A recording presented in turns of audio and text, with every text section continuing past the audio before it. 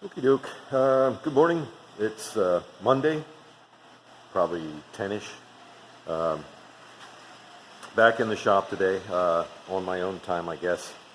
My partner in crime is out of town till Thursday. I will be doing some stuff here around campus, but that's neither here nor there. So, checking out the lift gate, and it looks really good, surprisingly. And the runs really are not visible. Now, I started to scuff it with a Scotch-Brite pad. And let me turn it around, and you tell me. There were runs up in here. There's a big run right here, which I can see the shadow of, but I can't really feel, maybe just a slight edge. There were runs up in here.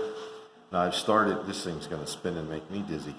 I started going over it lightly with the Scotch-Brite pad, and I think what I'm going to do is take it off the hook and set it on this, and so I can put a little muscle behind the Scotch-Brite rather than, hanging on here. Two things, I'm afraid to push too hard, and because it's, number one, it swings, and number two, I don't want it to, fall off. So, which I don't think it will, but you never know. So that's what I'm going to do. I'm going to set this down on that stand and get the whole back surface Scotch-Brite. I'm not going to worry too much about the inside. Like I said, most of this you'll never see. Even if the lift gate's open, it's covered with, you got the gasket. Got the gasket around the glass here. This is, up underneath where the hinges are. This is covered by the trim panel. That looks ugly, but I really can't feel it. Oh, sorry. Really can't feel it. So I don't think it's going to be a big issue. And again, it's a Rust-Oleum paint job. It's not going to look like it came from, House of Glass or something like that. House of Color, sorry. So anyhow, yep, gonna get busy. I don't know if you can hear it in the background. That's the paint mixer in the mixing room.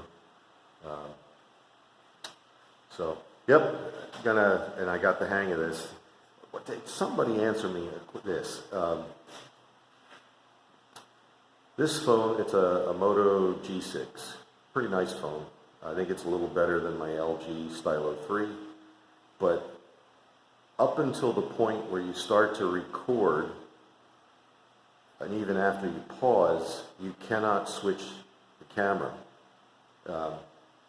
When it comes up, you can reverse the camera. Even when you hit the camera or the record mode, not the record mode, but the video mode, you can reverse the camera back and forth between the facing camera and the outside camera, front side camera, back side camera, whatever.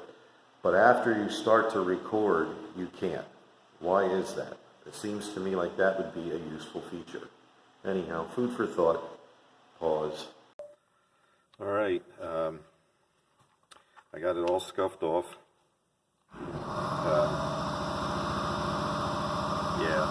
Hold on. Okay, sorry about that. We're back in the booth. So anyhow, scuffed it off. Ended up taking it down, putting it on the stand that I showed you, and scuffed it with 320 on a block. I didn't want to take any chances, so I actually scuffed through in a few areas, and I didn't want to mix up another batch of the white primer. And the problem with sanding this primer, it's not a high build primer, it's just primer. High build primer, when you're spraying it on, it goes on thick. It has a body to it that, you use a reducer, lacquer thinner, or enamel reducer, whatever, that's a fast dry, and you can put 3 coats, one right on top of the other, and you don't have to worry about running. And even if it runs its primer, you don't have to worry about it, so you can block it out or wet sand it, do whatever you want. This is not a high fill primer, it's just primer. So I had a can, I was looking for some white rattle can primer to, to kind of dust over the areas where I had sanded through, and its edges, I'll show you.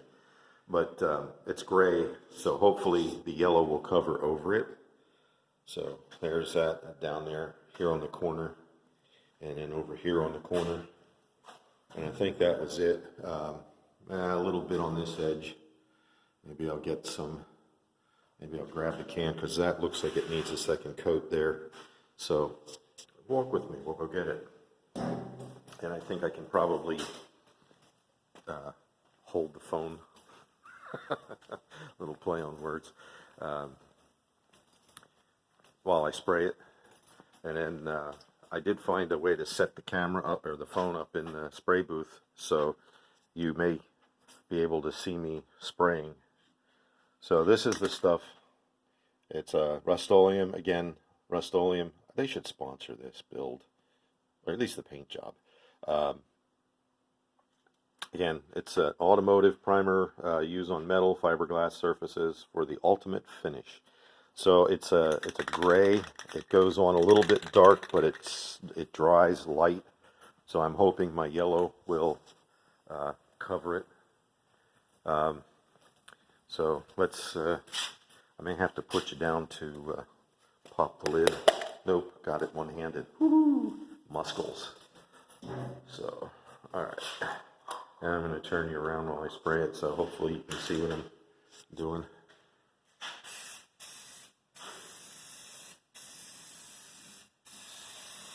Now you can tell it's a little bit darker than the other stuff. And there's not much left in this can. So I got to hold the can almost completely upright. And on the bottom there. I almost wish this was up just a little bit higher. Just so I could get that underside easier. I want to make sure I get good coverage on there. So another quick pass on this. So anyhow, there you actually get to see me do some actual work for a change. But hopefully that'll flash off. I got the paint all mixed up. There she be. And I have enough to fill the cup halfway twice. And hopefully that's enough. It should be more than enough to paint this, but we'll see. If I have to mix more, I have to mix more. So, and here's where the confusion came in. Someplace on here it says the color. There. Can you see that on the barcode label? Sunburst yellow. So that's the sunburst. That's the color I use with the rattle can. And there, back on the shelf. Safety yellow. So that explains the color differences between the tailgate, or the lift gate, and the other portions of the Jeep that I sprayed with the rattle cans. And she's actually in the shop today, attempting to be a little incommunicado today, or incognito, or both. So while that's drying a little bit. So here you can see the difference in color. This is a safety yellow, this is the sunburst, and why they don't match. So this has to be repainted. This piece has to be repainted. Up here, these two panels, and these don't come off. These are part of the unibody. And then this comes off fairly easily, so I got to scuff that. And then the rest of it is safety yellow. And you can see, hopefully you can see the color difference between this, the safety yellow, and the sunburst here. And again, the reason I'm doing this, just painting that one, is I don't have to tie my vehicle up for a couple of days while I take this off and strip it down and sand it and do all that other nonsense to get it, the color changed on it. I'm starting with a fresh slate on the other one, basically where I started with this one, except this one's black and that one was the dark, I think, forest green. My 94 Country was the same color as that tailgate in there. But anyhow, so you will have the fan noise in here when I set this up, and hopefully, yeah, you'll get to see some of it. Feel free to critique my technique. Wow, that's a mouthful. So I'm going to pause you and set you down in here and see how this is going to work out. This just so happens to be, yeah, I'm using this stand. So it looks like, yeah, that primer's dry enough. So I'm going to set you here. You have a pretty good view. I can't move this stand too much closer because I don't want to be bumping it and then knock the phone down. So I'm going to pause it and fire up the fan, get the gun, put my mask on and start spraying. And I will restart. I'll unpause. And just for the record, it's a little on the cool side today. It's probably 55, maybe 60 in here. They don't turn the heat on here until the 1st of November. Energy savings, what are you going to do? So, be right back.